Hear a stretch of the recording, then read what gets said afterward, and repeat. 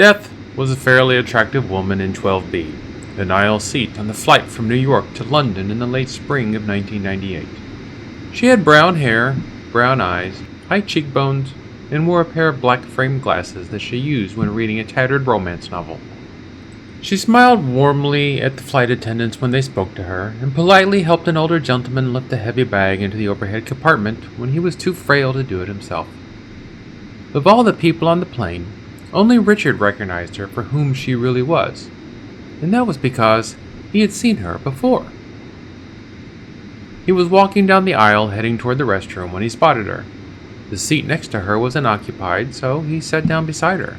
She looked up at him as he stepped over her, smiling. He wanted to know what she was doing on this plane. For a long moment, he said nothing. He did not even look at her, and she seemed uninterested in him as well.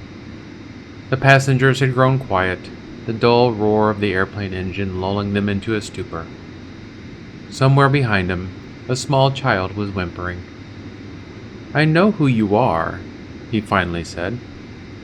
"I was wondering if you would remember me," she replied, not looking up from her book.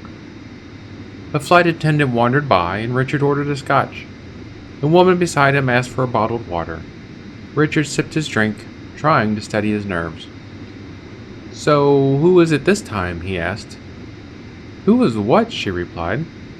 "Who's going to die?" "No one that I know of," she answered. "You feeling bad or something?" He could not help but notice that she was half smiling. "I don't think you would be here if someone wasn't about to die." "I do have other interests, you know," she said, and returned to reading her book. It had been almost 10 years since the first time he had seen her. It was in a hospital emergency room on a snowy day in the middle of the coldest winter he could remember. The snow had piled up over a foot, and the ambulance that had come to fetch him from his office was slow in arriving.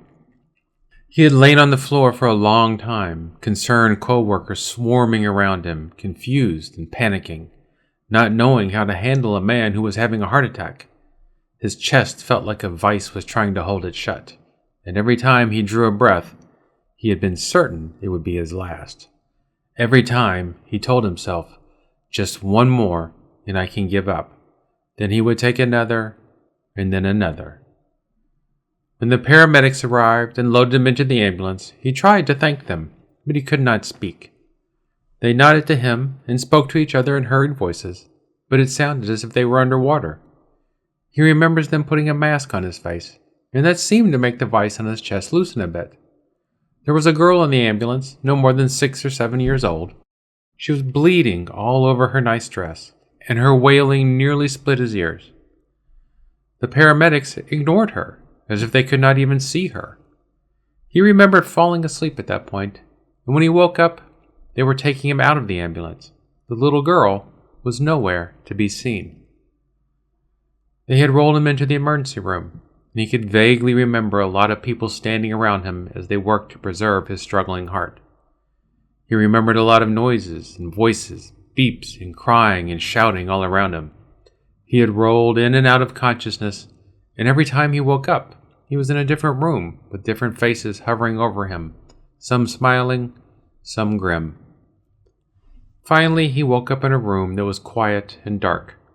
No loud noises, only a steady hum. A needle was in his arm, but it did not hurt. He was warm, and there was a soft pillow under his head. The only light in the room came from the open door that led into the hospital hallway. The movement of a shadow on the wall had caused him to turn his head, and that was where he had seen her standing in the doorway. Their eyes met. She had very pretty eyes, and her hair was shorter than it was now.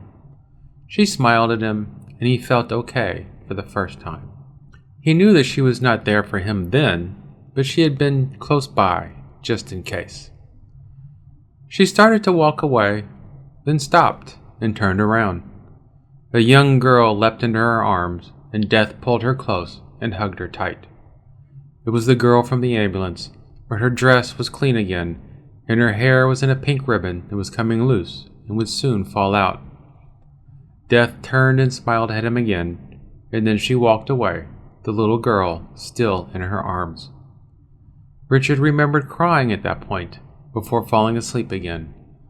When he woke up, he did not remember the little girl or death in the hospital until he saw her once more on the plane.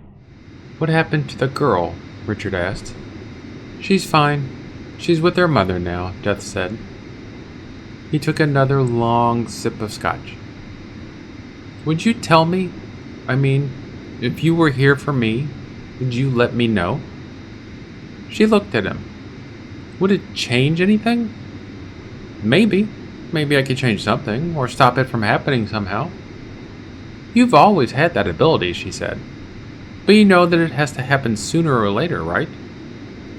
"Yes, but why now? Why do I have to die now?" he demanded, growing louder because of the scotch.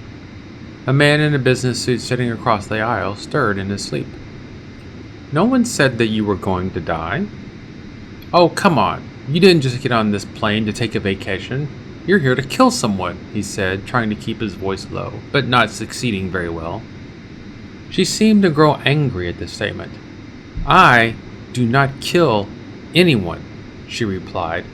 "I am just there to show them the way after they die. I don't know how you're going to die, or when you're going to die. I'm not God. I'm just a guide." Her eyes had grown hard, and she was clutching her book tightly. Richard wondered if the author of that book would be proud to know that Death was reading it.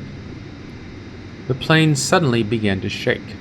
A few of the other passengers stirred in their seats, and the man sleeping across the aisle sat up and wiped sleep from his eyes, looking around nervously.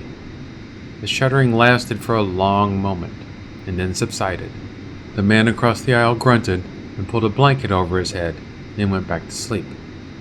"Oh my God, that's why you're here!" Richard exclaimed. Death looked at him, puzzled. "What?" "The plane's going to crash," he said. "That's why you're here. That explains it perfectly. Why else would Death suddenly decide to take a trip to London?" She leaned in close to him. "Listen, Richard. I don't know if this plane is going to crash or not," she said in a whisper, then looked around to see if anyone heard her before continuing. "I don't know why I'm on this plane. I just go where I'm sent. I don't even know how I got here, let alone why. Maybe someone's going to die, maybe not. I'm not like you. I just can't get up one morning and decide to go here or do that. I move from place to place wherever I am needed. No one ever asks me if I want to go or not. I am just there. No one ever gives me the choice of saying no. If something happens, I'm sorry, but it's not my fault." She sat back stiffly in her chair and returned to reading her book. Her interest in the conversation seemed to be over. Richard stared at her for a long moment, clenching and unclenching his jaw. The flight attendant brought him another scotch with a worried look in her eye. He took the drink from her and belted it back without a word and handed back the empty glass. She hurried off before he could ask for another one. His head was spinning from the alcohol. Her words had touched him in a way he had not expected. She seemed to be trying to get some form of sympathy from him. He really tried to see past what she stood for, what her presence meant, but he could not do it. Too many people in his life had been taken away. His father dead when he was only 3, leaving nothing but a bunch of sketchy images in Richard's mind that may or may not be real memories. His mother lingering long and hard on a rickety bed in a cold New York apartment, too weak to get up and call the landlord and let him know that the heat in her room had stopped working. The woman from the church who had discovered her body had tried to give Richard the details, but he refused to hear them. He had not forgiven himself for her death. A simple phone call and he would have known that she was in trouble, and he could have saved her, but he hadn't called, hadn't saved her. The plane hit another pocket of turbulence and shook from side to side for a moment. Death did not even stir. Her eyes remained focused on the book that she carried. Around them, a few passengers were startled awake by the shaking and were worriedly looking out the windows or whispering to each other in concerned voices. His heart was racing and he could feel the pulse in his forehead. In the back of the plane, the young child began moaning and crying, scared by the bump the plane had taken. Richard could hear the fear in the little child's voice and the comforting whispers of his mother. Richard wondered if someone was back there to comfort the mother as well. Richard moved over to the window and looked outside. It was dark, and he could not see a thing. No lights were on the ocean below, no moon in the sky to illuminate the clouds. He was about to move away from the window when he saw a streak of lightning flash off to the south. Another, and then another soon joined it. The plane rocked violently, and a man in the front of the plane cried out, and the child in the back began wailing. Richard looked at the Lady Death, but she was still frozen in her seat, not paying a bit of attention to what was going on around her, or not caring. He wanted to rage at her, shout at her, but he knew it would do no good. He sat back down long enough to lean over to her and whisper, "I can't let you do this." She looked up at him, straight into his eyes. He saw something there that he did not want to see. It was pain. For a moment, his heart stirred for her. Then, the baby wailed again. He shook his head at her and stepped over her into the aisle and began to head toward the cockpit. The plane continued to shake, and the fastened seatbelts light was blinking off and on. As he passed through the coach section, he could see the fear that many of the passengers were carrying. The young couple clutched together in a tight embrace. An old woman was holding her rosary beads and saying soft prayers. The businessman was taking his fear out on the flight attendant, demanding that she tell him if there was a problem or not. He would not let these people die. He would go to the cockpit and beg the captain to turn the plane around. If worse came to worse, he would threaten the captain. Maybe if there was a security risk on the plane, they would turn around just so they could hand him over to the police. Getting arrested is better than dying, he told himself. Richard was just about to enter the first-class compartment when he heard a shriek from the back of the plane. "Someone help me! My son's not breathing!" He spun about and saw a young woman holding a bundle of blankets, looking around frantically and shouting for help. A rush of passengers went to her, and a man in a dark suit elbowed his way through them. "I'm a doctor! Let me through!" he shouted. Richard looked for Death and saw her standing next to the mother in the aisle, resting her hand on the mother's shoulder and watching as the doctor examined the child.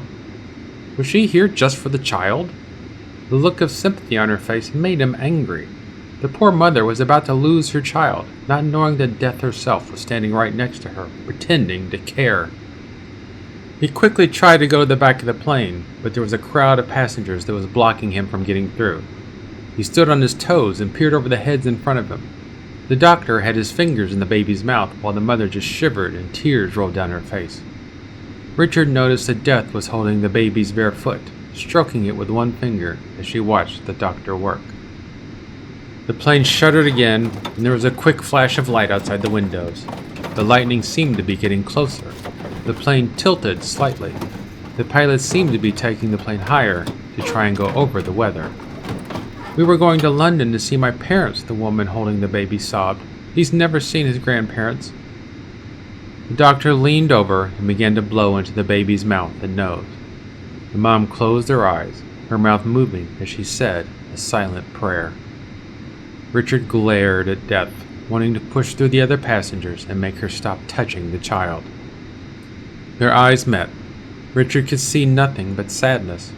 He shook his head at her, willing her to not take the baby. She just stared back at him, her hand never leaving the baby's foot, never stopping her tender stroke. The doctor stood up, and suddenly the baby began wailing again. The mother collapsed in her seat, clutching the shrieking child, laughing and crying at the same time. The other passengers on the plane clapped and patted the doctor on the back and thanked him for saving the baby. Richard watched as Death leaned over and kissed both the mom and the baby in the forehead. The doctor sat down beside the mother, offering to ride with them the rest of the way. Richard waited in the aisle for Death to return to her seat. When she approached, he took her by the arm. "Thank you," he said. "For what?" "For not killing the baby." She rolled her eyes. "I already told you. I don't kill anyone." "I know what you said." She started to move away from him, heading back toward her seat. "Shouldn't you be going now?" he asked. She turned and looked at him. "Why?" "Well, I mean, the baby lived, so you're not needed here anymore." "That's not for me to decide." He frowned. "Well, if you weren't here for the baby, then who are you here for?" "I think you should sit down now," she said. "Why won't you answer my question?" "Well, I warned you," she replied, and suddenly the plane rocked to the side, throwing Richard over the top of the passengers seated in the row near him. People screamed and the air masks dropped from the ceiling. The lights flickered off and on madly as the plane began tilting again, this time downwards. Richard felt all the weight leaving his body for a moment and thought that he was already dead. As the plane slowly leveled, Richard fought to untangle himself from the arms and legs of the passengers he had landed on top of. The plane continued to shake, and the flight attendants were yelling for everyone to find their seats and wait for an announcement from the captain. The baby in the back of the plane was shrieking louder than ever. At least he's still alive, Richard thought. He found his way back to his seat, his leg throbbing from having hit the arm of his seat too hard. His heart was racing a mile a minute, and there was a familiar tightness in his chest. Lady Death was in her seat as well. He stepped over her and flopped down. He closed his eyes and tried to steady his breathing, get his heart to slow down before something bad happened. "Bumpy ride," Death said. "Yeah." There was a popping sound, and the captain's voice came over the cabin speakers. "Ladies and gentlemen, this is your captain speaking. We're sorry for the rough ride. To avoid any further trouble, we are going to make an emergency landing in Greenland to inspect the plane and assess the weather before proceeding on to London. We should be landing in about an hour. The weather is still rough outside, so please remain in your seats with your belts fastened." Richard's breathing slowed.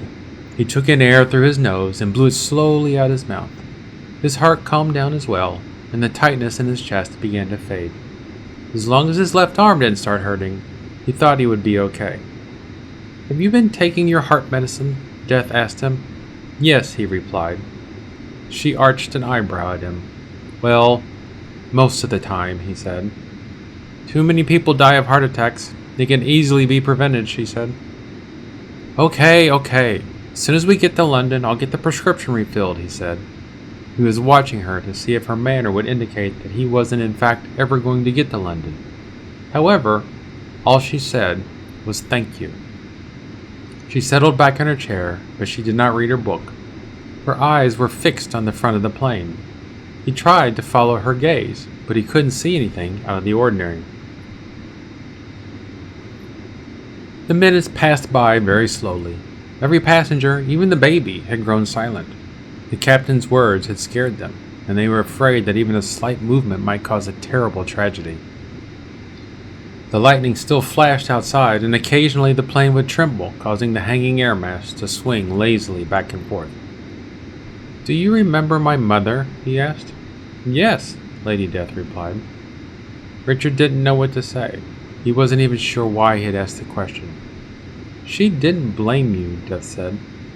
Richard bowed his head. "Is she happy now?" "Very happy." Richard looked at her. She was pretty, but was this her true form? Dying was such an ugly thing. Could it really be bundled up into a package that wears glasses and reads dime store romance novels? She seemed to honestly be concerned about the living, but she also acted as if death were nothing to be afraid of. He realized that maybe she was right. "So it's not that bad?" he asked. "Not really. It's much harder for those who are left behind. They don't know how to adjust to a life where someone is gone for good. Not just around the corner, but gone and never coming back. Death only scares you, I think, because you're scared you will never see people you love again." Will I? Will I see her again? My mother, I mean?" he asked. "That's up to you." The engines changed tone. They were slowing down. Richard realized that they must be getting ready to land. "Ladies and gentlemen," it was the pilot again, "we are getting ready to land. The wind on the ground is pretty strong, so please remain in your seats." The flight attendants hurriedly moved up and down the aisles, making sure that there were no loose bags on the floor and that all the seats and tray tables were up. Richard watched them with some interest. They were doing something that they had all done 100 times before, but this time there was a definite sense of urgency, or fear, in their movements and their eyes. They were scared of dying. Richard didn't know if he was scared anymore or not. "Time for me to go," Death suddenly said and stood up, ignoring the warning signs flashing around her. The flight attendant stepped around her, but paid no attention to her. She reached down and touched Richard gently on the shoulder. "Don't be afraid," was all she said, and then walked up the aisle and into the first-class cabin. She stopped in the door and seemed to be talking to someone, but he could not see who it was. After a moment, she disappeared. Richard stood up to follow her, but a flight attendant scolded him and he quickly sat back down and buckled in for the landing. He wondered what her sudden departure had meant. The baby had lived and the plane had not crashed, not yet anyway. Why had she been here? Where was she going? He wondered if he would ever get to know the answers. He closed his eyes as the plane began to descend. There was no noise around him except for the engines. The flight attendants had returned to their seats, and all the passengers were buckled in, nervously staring out the window or at each other, wondering if they were going to make it. The plane shifted, seemed to almost skid to the left, then it began to bank to the right, and then began to level up again, the engines whining louder and louder. The floor beneath Richard's feet was trembling. He swallowed hard. His heart was racing faster and faster. A bolt of lightning arced outside the window near Richard. A loud crash of thunder and rushing wind struck the plane. It began to fall freely through the air, starting to roll. No one screamed, but he could hear a lot of sobbing. He closed his eyes, trying to shut out the disaster unfolding around him. He wondered where she had gone. He wondered if she would be waiting for him. There were so many people on the plane with him. When they fell into the sea, would she have time for him? Would she be there to show him the way? He tried to think of his mother. He wanted to see her again, to tell her that he was sorry. Death had told him that his mother had not blamed him, but he still wanted to tell her he was sorry. He wanted to tell her that he had missed her. He wondered what she would look like now. The plane stopped shuddering, and there was silence. He wondered if it was over. Would he be on the other side now? He opened his eyes. The plane was still in the air. The engines were roaring. There was still some shaking, but it was not so bad now. He looked out the window and he could see lights. They were the lights of some city he did not know the name of. The plane touched down and streaked across the runway. He could feel the vibrations as the landing brakes engaged and flaps dragged on the wind, slowing the plane. There was fog outside. After the plane stopped moving, no one said a word. Everyone was in their seats, as still as stones. In the seat next to him, he saw a tattered romance novel that had been left behind. He tucked it into his pocket. After what seemed like forever, the flight attendants told everyone they could prepare for getting off the plane. Richard looked across the aisle. The man in the business suit was still sleeping. Richard stood up and shook him to tell him that it was time to get off the plane. The man did not respond. He felt the man's hand. It was cold. He lifted the hand and then dropped it. It fell lifelessly down, and the man's head rolled back. The doctor passed by and stopped to examine him. "He's dead," the doctor explained, and then went off to find someone to tell. Richard knelt down beside the dead passenger, holding his hand. When no one was looking, he leaned over and whispered into the man's ear, "Don't be afraid. She'll take good care of you."